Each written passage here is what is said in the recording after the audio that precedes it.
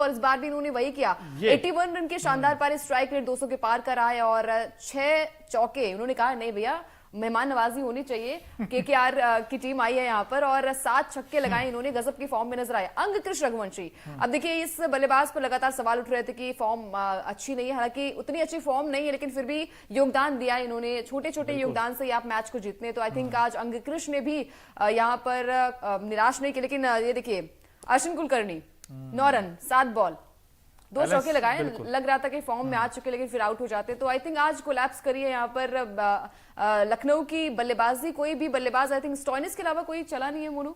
बिल्कुल कोई चला ही नहीं। और देखिए स्टोइनिस भी 36 बनाए 21 बॉल्स में, जिसने भी ठीक ठाक बैटिंग की। लेकिन भाई केएल राहुल के लिए कंसर्न हो गया इस टीम को टॉप 4 में जाना, क्योंकि आज देखिए सीएसके ने भी मुकाबला जीता है। तो ऐसे में अगर एलएसजी को टॉप 4 में जाना है तो अपने सारे मुकाबले जीतने होंगे आने वाले मैचेस में। अब केएल राहुल को स्टार्ट अच्छा मिल गया था, उसके बाद वो कैपिटलाइज क्यों नहीं कर पाए पता नहीं। और 21 से 25 ये तो जस्टिफाई नहीं करता इस बैट्समैन के साथ, क्योंकि केएल राहुल को हम जानते हैं कि जिस तरह की बैटिंग वो करते हैं, अटैक क्रिकेट वो खेलते हैं। और ये पहले से ही पता था मेरे दोस्तों, जैसे ही मैच स्टार्ट हुआ था हमने इनफैक्ट बताया भी था अंकिता ये कि भाई केकेआर का जो मजबूत पक्ष है उनकी है बैटिंग, और बैटिंग वर्सेज एलएसजी की बॉलिंग, ये कॉम्पिटिशन होगा। अब उसे पहले ही पता चल गया था। 235 बना दी, बताइए वहां तक पहुंचने में तो कहते हैं ना सने चबाने पड़ेंगे। बिल्कुल। अब देखिए आईपीएल इतिहास में जब एकाना स्टेडियम में इतने बड़े रन्स बने तो चेज कर पाना मुश्किल था। और जब सामने ऐसे धुरंधर बल्लेबाज हो केकेआर की तरफ से तो भाई तब तो आप सपने ही देखे कि जीत जाएंगे। लेकिन एक कोशिश होनी चाहिए वहां पर रन रेट बेहतर करने के लिए। आई थिंक यहाँ पर लखनऊ के लिए देखिए जैसे जैसे आईपीएल के मैचेस आगे बढ़ते जा रहे हैं, रोमांचक मुकाबला होता जा रहा है। और प्ले ऑफ की रेस जो है ना,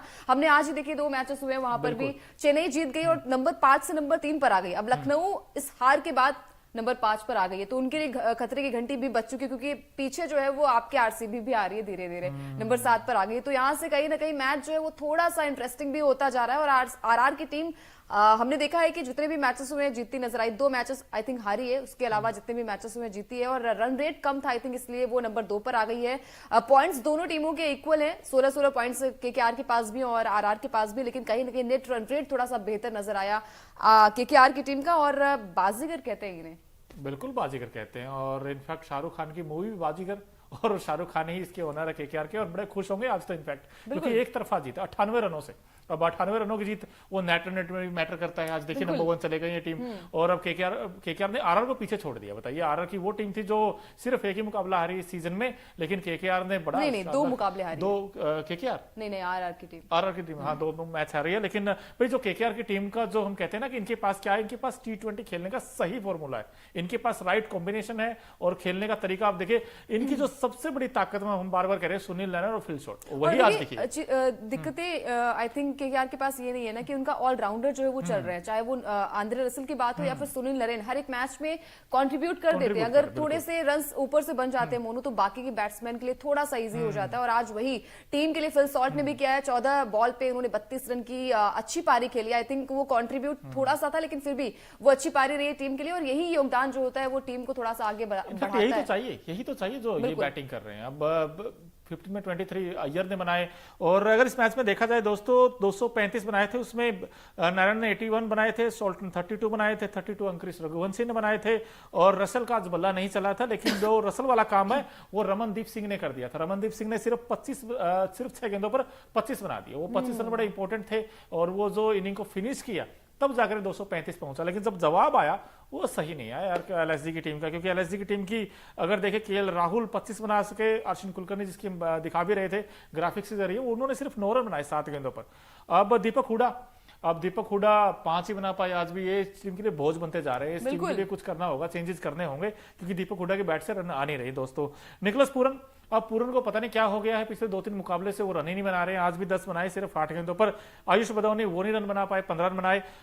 एस्टन टर्नर वो 16 बना पाए। कुणाल पांड्या का बल्ला बिल्कुल शांत हो चुका है, उन्होंने 5 बनाए। तो ऐसे काम चलता नहीं है दोस्तों, क्योंकि जब आप 235 के आसपास चेज करते हैं अंकिता, उसमें एक बड़ी पारी चाहिए। आज तो 50 तक नहीं आई है किसी बैट्समैन की। 36 आई थिंक हाईएस्ट है मार्कस स्टोइनिस की। तो चीजें वही है ना कि आप पिच भी तो ऐसी है एकाना स्टेडियम की पिच भी थोड़ी सी अलग होती है, तो आपको जब इतने बड़े रन चेज वहां पर मिल गए हैं तो थोड़ा पेशेंस के साथ खेलना चाहिए। और जब हम देखते हैं कि बाकी के जो बैट्समैन आउट हो जाते हैं, टॉप ऑर्डर आपका कोलैप्स हो जाता है, तो बाकी की टीमें आपको पता है कि चलिए स्टॉइनिस एक तरफ से है, लेकिन उसके अलावा कोई भी ऐसा खिलाड़ी आज वो अप्रोच के साथ नजर नहीं आया कि पारी को थोड़ा सा आगे तक ले जाए। और देखिए यहीं से चीजें क्लियर हो रही हैं मोनू की, आपकी टीम में वो लूप होल्स नजर आ रहे हैं जो आपकी टॉप ऑर्डर रही है ना।